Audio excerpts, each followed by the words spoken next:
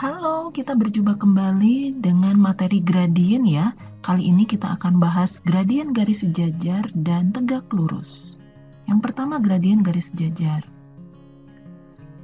Gradien garis yang sejajar akan bernilai sama. Misalnya, tentukan gradien yang sejajar dengan persamaan garis 2x ditambah 3y sama dengan 10.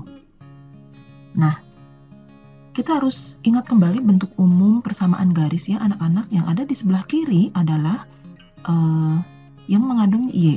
Jadi yang dipindah adalah x-nya ya, yang ada variabel x-nya. Oke. Jadi di sini tinggal 3y sama dengan ini pindah positif 2x menjadi negatif 2x ditambah 10. Lalu koefisien y-nya harus 1. Jadi harus dibagi 3 ya anak-anak. Oke, dibagi 3. 3y dibagi 3 menghasilkan y sama dengan ini negatif 2x dibagi 3. Jadi negatif 2/3x ditambah ya 10/3.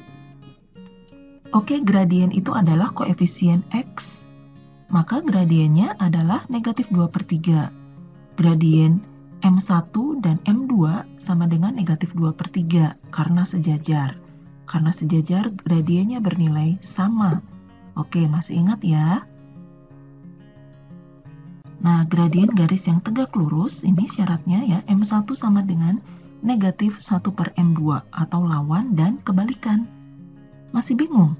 Oke, saya beri contohnya. Tentukan gradien yang tegak lurus dengan persamaan garis 2x ditambah 3y sama dengan 10. Persamaan garisnya masih sama dengan yang tadi ya. 2x ditambah 3y sama dengan 10. 2x-nya kita pindah ruas, jadi negatif 2x ya, terus ditambah 10. Lalu koefisien y-nya dibagi 3, ini juga harus dibagi 3. Y sama dengan negatif 2/3x ditambah 10/3, sama dengan yang tadi ya. Oke, maka M1 adalah negatif 2/3 ya, gradiennya negatif 2/3. Tapi anak-anak, karena di sini kita harus mencari gradien yang tegak lurus, maka kita harus lawan dan kebalikan. Oke, lihat. Lawan negatif. Lawan negatif adalah positif. Lalu ini ada kebalikan. Nah, kebalikan dari 2/3 adalah 3/2.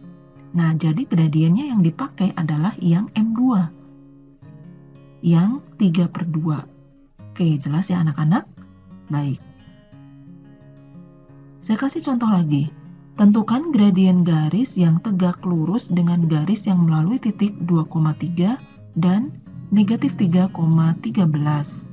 Oke, kalian masih ingat cara mencari gradien dari dua titik ya? Y2 dikurangi Y1 per X2 dikurangi X1. Sama dengan ya, Y2-nya 13 dikurangi 3 ya, per X2 negatif 3 dikurangi 2. Nah ini ya, menghasilkan 13 kurangi 3 10 per negatif 3 dikurangi 2 adalah negatif 5. Oke, 10 dibagi negatif 5 adalah negatif 2. Nah ingat tadi, tegak lurus maka lawan dan kebalikan. Kalau di sini negatif, maka lawan negatif adalah positif ya. Lalu di sini 2. Kebalikan dari 2 atau 2/1 adalah betul 1/2. Nah, jadi gradien yang kita pakai, yang tegak lurusnya adalah yang ini, yang M2. Nilai M2 sama dengan setengah. Oke ya.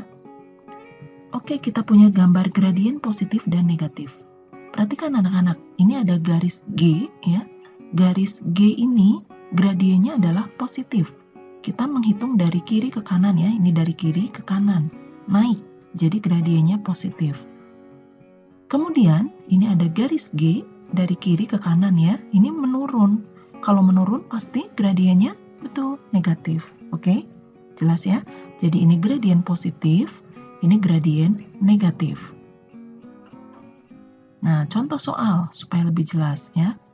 Tentukan gradien garis G.